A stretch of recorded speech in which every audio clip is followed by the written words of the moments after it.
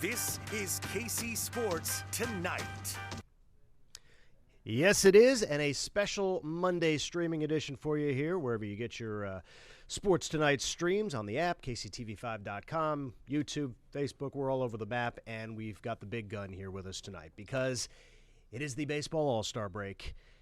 We are talking all things Royals with our friend Joel Penfield from KC Sports Network. Joel, good to see you. You're this is the maiden voyage of KCSN here on the new stream of KC Sports Tonight. So congratulations. Well, thank you for having me on. I appreciate it. It's certainly been a fun first half of baseball so far. It has indeed. Look, so much to talk about here. And I'll be honest, I would have wanted to do this even if the team was 20 games under 500. I think that, the All-Star break is obviously a natural point in time to sort of assess where you are, where you've been, where you're going. But the good news is they're not 20 games under 500. They're 7 games over 500. They're a couple games behind Boston in the fight for the third wild card spot. They were tied before the losses on Saturday, Sunday. So let's start, before we get into all the All-Star hubbub and the home run derby and all that stuff, just sort of your thoughts on big picture, the first half of baseball, what you like, what you didn't like, what jumps out at you, what's at the top of the list? I think the bottom line is that they exceeded pretty much any expectation that people both locally and nationally had for what the Royals could be this year. Relatively speaking, people thought the team would be improved, but to what degree, no one really knew. If you told me the Royals would be 7 games over 500 at the All-Star break, I would have taken that and run with it, and that's where we're at right now. And I have no reason to believe that they're going to fall off the face of the earth and finish below 500. They're on an 88-win pace right now. It feels very much like that 2013 team where they were starting to figure things out. They were starting to win together. It seemed like there was a core established, both on the mound and in the field. And whether they make the playoffs or not, there's a lot of momentum moving into 2025 that this team is here to stay. And this is the beginning of what could be a very competitive run for the Royals. And they're going to continue to improve the roster. They've already done that with the addition of Hunter Harvey, and I don't think they're done. So if they're letting the chips fall where they may, and they're saying, okay, now we go. We need to keep playing competitive baseball, and we need to see what we can do to try and get into October. So I think that the headline for this first half has to be the starting pitching. And, it's a unit that at the break, we look at the numbers, a team ERA of 3.8. Starters have been better than that, but the overall pitching 6th in the American League. Given what we saw last year from this group, we'll certainly take that. I think everybody expected that Michael Wacha and Seth Lugo would help stabilize the rotation. I don't know of anybody this side of J.J. Piccolo or Seth Lugo's mother who believed that they signed an all-star in the offseason. But Lugo has been otherworldly. Wacha has been solid, exactly what you expected.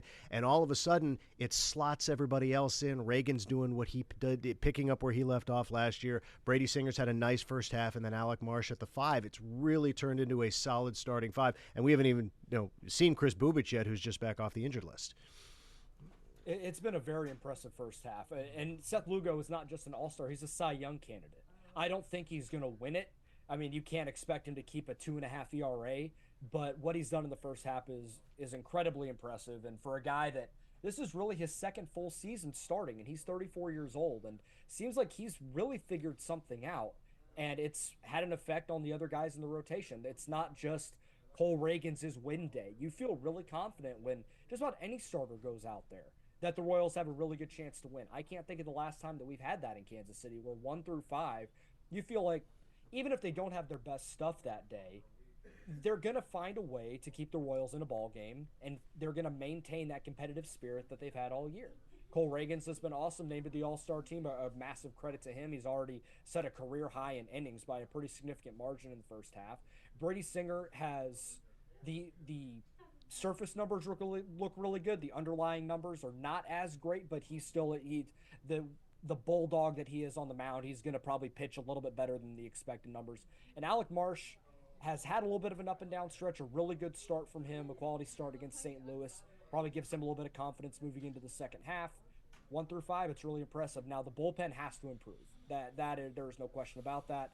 They have done that, like I mentioned earlier, with the addition of Hunter Harvey. It pushes John Schreiber, Angel Zerpa, James MacArthur up a little bit, where they're not having to cover all the high leverage innings. Hunter Harvey can do some of that and provide something that the bullpen doesn't have.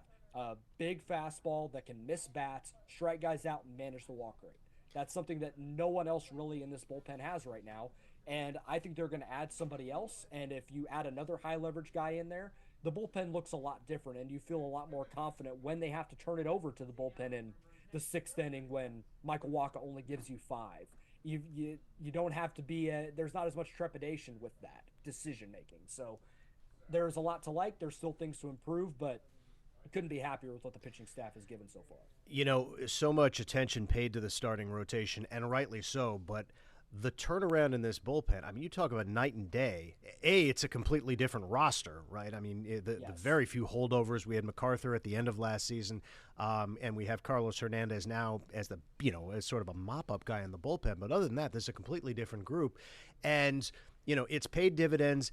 It has been uneven. At times they have been great. At times they have gone through stretches that haven't been great. And I do love the addition of Hunter Harvey. Do you expect that MacArthur keeps the ninth inning for now, because Harvey is a guy who does have closing experience last year with Washington, sort of split the role with Kyle Finnegan. But obviously, that's, when you talk about bullpen, the first thing you look at is who's going to close. MacArthur has been good, ERA just under 4, but he hasn't been great.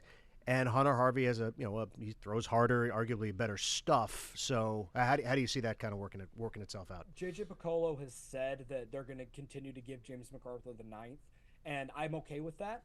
He has had a really nice stretch of ball since about the middle of June. Yeah. When we had that really rough 2-week stretch where it felt like you couldn't get anybody out. He has been a lot more locked down since then. He's throwing his fastball and sinker with more confidence, not as much reliance on the breaking stuff and letting the fastball play and the breaking stuff come off of it instead of the other way around. So I'm okay with that for now. And then you give Hunter Harvey a setup role, which then takes John Schreiber, Angel Zerpa out of so many of the high leverage innings. And this is not me saying that those guys are not good relievers. They are solid for what the Royals are asking of them. The problem with both of those guys is they don't strike enough guys out. So when the batted ball luck is not in their favor and those 50 hoppers keep falling through, and you have the traffic, they don't have the stuff to miss bats to get out of those situations like a Hunter Harvey could, where he can blow 99 by a guy. Angel Zerpa has good stuff, but it's very ground ball oriented. So you rely on some of the BABIP to be in their favor. When it's not, we've seen the stretches where it's a nightmare and you can't get out of an inning and the bullpen blows it. That's how the Royals have lost a lot of these games. So giving those guys less high leverage innings, it probably is a more comfortable role for those guys in the 6th or the 7th rather than needing to cover the 8th or the 9th. Offensively, the team is hitting 246, but it's sort of a Jekyll and Hyde. They've been much better than that at home and worse than that on the road. And you look at the individual numbers, obviously with the 2 All-Stars, Bobby and Salvi, they've been fantastic. Michael Massey in limited duty has been good, hitting 272, 8 homers. Vinny didn't drive in a run for like the first almost 2 weeks of the season, and you look at the ledger now, he's got 62 RBIs. So you're getting the production, I think, out of the top 4 or 5 guys that you would have expected, maybe that you would have hoped for. But the bottom of the order has struggled. It's been patchy. Hunter Renfroe starting to come alive a little bit. MJ Melendez starting to come alive a little bit, just chasing that Mendoza line. What's your assessment of where the bats were and where they need to be going forward? They just need to be more consistent overall. I think pretty much every day moving forward that Bobby, Vinny, and Salvi are going to produce in some capacity. Most nights, more often than not, they're going to be able to carry the offense. But it can't just be those guys every single night. You need your Hunter Renfroes, who he has an 800 OPS since the middle of May, to really come on. Michael Massey, when he's healthy, has been really good in the 5 spot, protecting Salvador Perez, driving the ball, and not swinging and missing as much as he has in years past. It's a much more refined approach from him relative to what we've seen in years past. The biggest thing is figuring out who's going to lead off, because Michael Garcia has been a disaster for about a month and a half now. Adam Frazier has been okay, but I don't think you can trust him to be a leadoff hitter every single day. Nick Lofton doesn't hit with enough authority for me to believe he can be in the lineup every single day. Garrett Hampson's speedy, but his bat's fallen off a cliff since a really nice stretch in May to the beginning of June. Maybe that's where the Royals go and try and find depth or find a piece at the trade deadline and try and go get a bat. I don't know how aggressive JJ will be because I know they don't want to deplete the farm system, but you need somebody to set the table for your run producers who are going to drive in runs in Vinny, Salvi, and Bob. When they have runners on, they produce and they get the ball in play and they score runs and the offense goes. Yeah, you have to have that, and then some sort of consistency at the bottom. Kyle Isbell's a fine 9-hole hitter, and he's in 80% of his value or more comes from the defensive side. So I'm not as worried about what he does with the bat because of how good he is in center field. But every night they need one of Nick Lofton, Adam Frazier, Hunter Renfroe, MJ Melendez to come up with a big hitter too. It doesn't have to be everybody every night, but you need somebody besides the three guys I mentioned earlier to just put it together for one game and then give it to the next guy the next day, if that's what it takes. They've tried 1 through 9, it's impossible, and they've tried so many different routes. Yes, they've tried everybody. They give guys days off, and Right. they platoon guys strategically to give them the best opportunities, and they just can't quite figure it out. And there's not enough reinforcements in the minor leagues right now to just go and pluck a guy. I know that there are fans on social media that want Gavin Cross to come up. Yeah, it's not going to happen this year. Maybe next year. I believe he could be that type of guy, but next year, you can't expect a rookie that's just now figuring it out in the minor leagues to come in and be the spark plug when there hasn't been the track record of success beyond this season alone. No, Gavin Cross had a cameo in the Futures game over the weekend. That was fun to see. What's going on with Michael Garcia, by the way? I mean, this guy was a line drive machine last year. And all the speculation this season was some of those line drives are going to turn into home runs. And the first week of the season, he hit 3 or 4, and everybody thought, oh, my God, this guy's the next superstar. And he was fine for the first month and a half, 2 months. And like you said, he's absolutely fallen off a cliff. Do you think this is just a confidence thing? Because the metrics last season were terrific. And the metrics this season aren't terrible. Like, the average exit velocity, he still hits the ball really hard. He doesn't chase. He doesn't swing and miss, and he doesn't strike out a lot. It's just I think it's just quality of the contact and the pitches that he's making contact with that is part of the issue. He's a very contact-oriented player, much like Vinny Pasquantino. When the batted ball luck is not in their favor and those hard-hit ground balls or those low-line drives that they hit, when they're hitting right at people, it affects everything.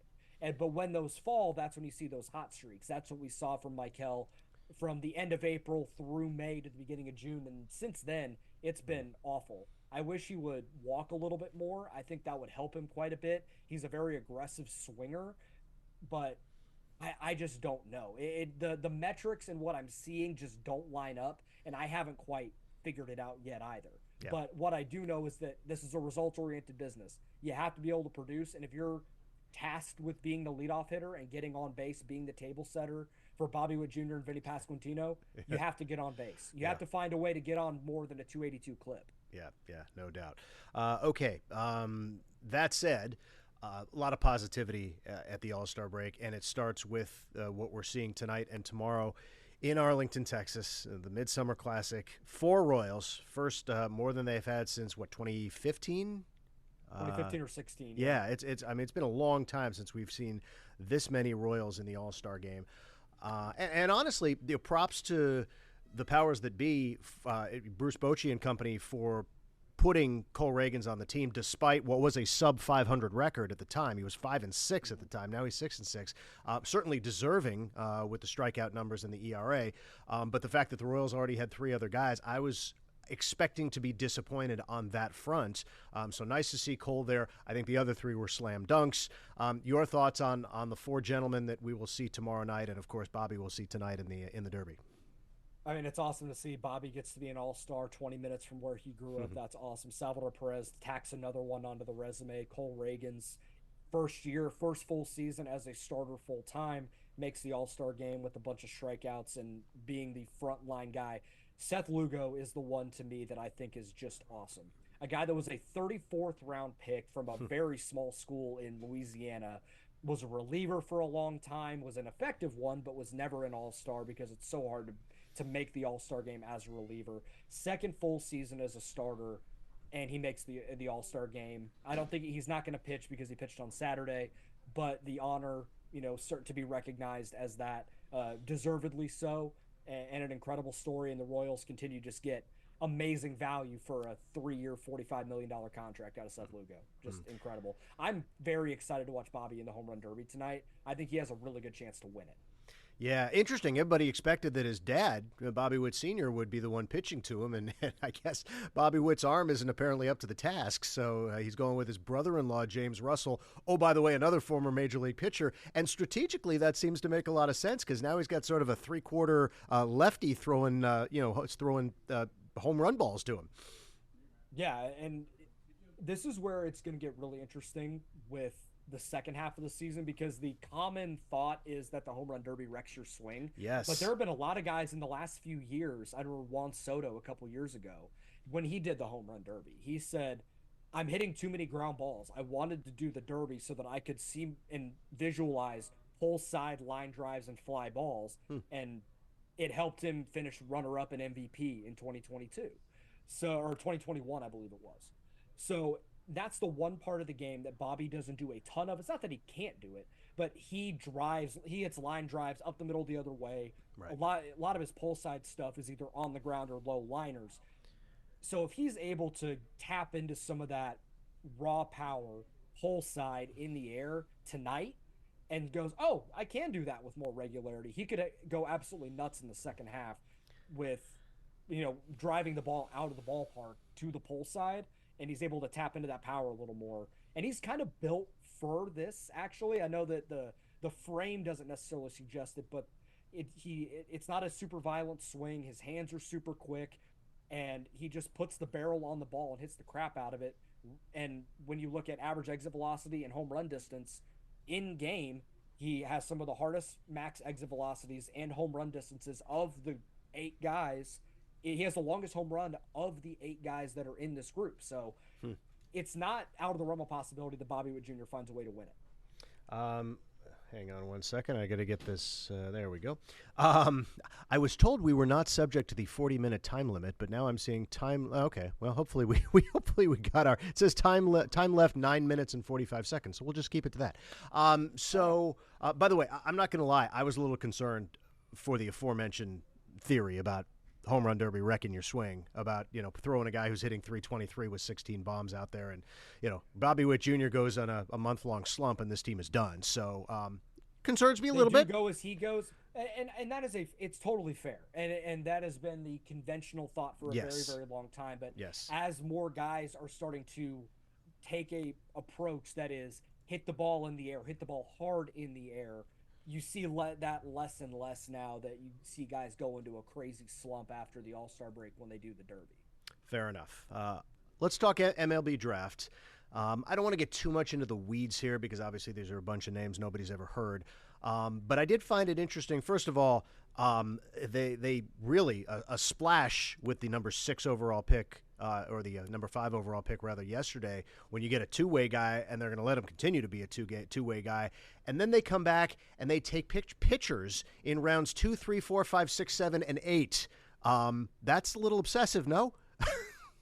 I mean, it is, certainly. I mean, getting Jack Caglione was unbelievable. I did not think that he was going to be there at the 6th pick. I thought he was for sure going to go in the top 5, but when the Oakland A's selected Nick Kurtz from Wake Forest, who was projected somewhere in like the 8 to 10 range, getting him, it pushed him down the board. It gave the Royals a lot of options. It seemed like they really liked Hagen Smith from Arkansas, the left-handed pitcher. But with Caglione there, it is very hard to pass up that type of talent. He probably has the most upside and ceiling of any player in this draft, especially of the first round guys. You're getting a guy that probably isn't going to be the two-way guy when he gets to Kansas City, but massive, massive power, 30-plus home run type power at his peak, playing first base, possibly a corner outfield, because he is athletic enough. He's a big guy, 6'5", 250, but he's pretty athletic for his size.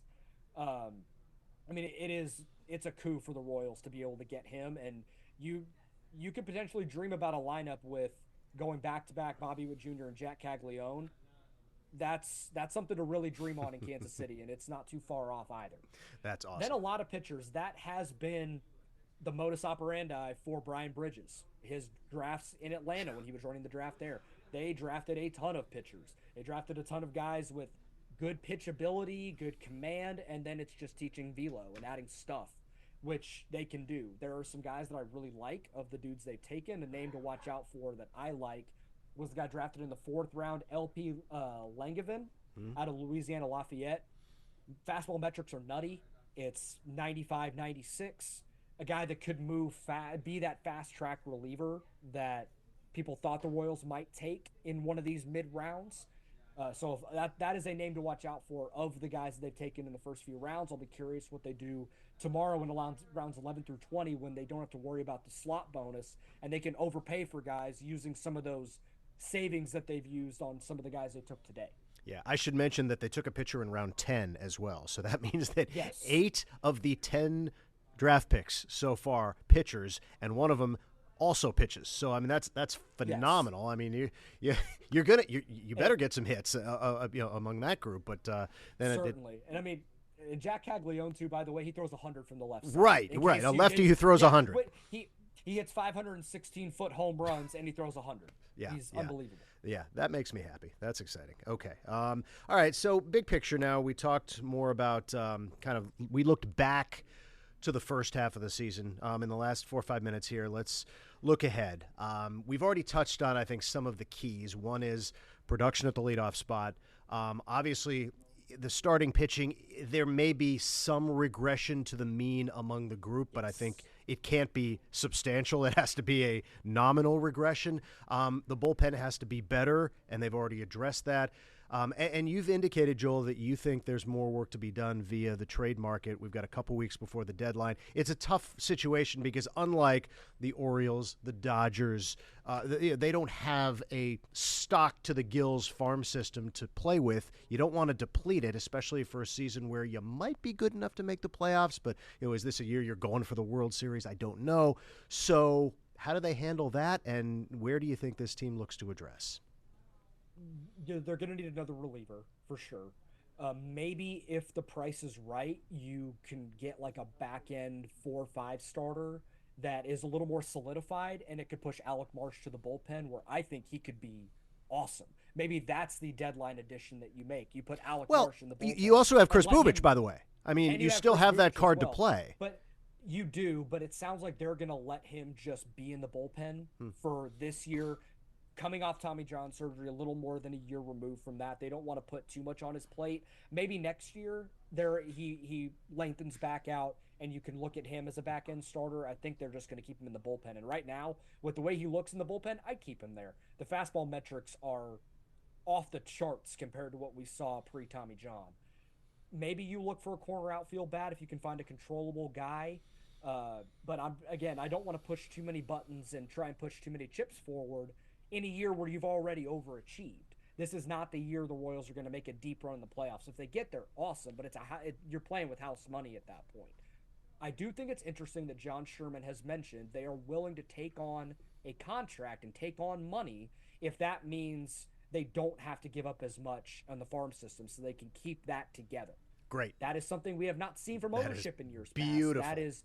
It's beautiful. So maybe that's where the Royals go. And you get a guy with some money on the books and you're willing to take on that money for a year and a half, and you don't have to give up a Carter Jensen, a Ben Kudrna, a Blake Mitchell to improve your roster right now and for the, and moving forward. So they have a bunch of different avenues that they could use. They still have 2 weeks. The fact they've dipped in this early tells me they're not done. If you're going to jump the market that early for a reliever, there's still more moves that they feel they can make. So they're going to be very busy, and it's going to be a lot of fun to see what they do and how they improve the roster for a stretch run. Well, it is going to be fascinating because, as you point out, we haven't been in this situation in a while. It's great to have a team contending. It's great to have ownership that seems to be all in on backing this team and allowing it to contend this year. It's going to be fun. It's not going to be easy. Second half schedule is relatively friendly out of the gate, so hopefully they can get some traction with those first couple of series. You get the White Sox next weekend, so what's better than that? We will see, and for now we can just sit back and enjoy the fact that they're relevant. We got 4 guys in the All-Star game tomorrow night. We got Bobby tonight hitting a home run, so it's going to be a fun couple of days. Joel, really appreciate your time with us coming on, and we'll do this again as we get deeper into the meat of the season. Sounds good, Scott. Thank you very much. All right. Thank you, sir.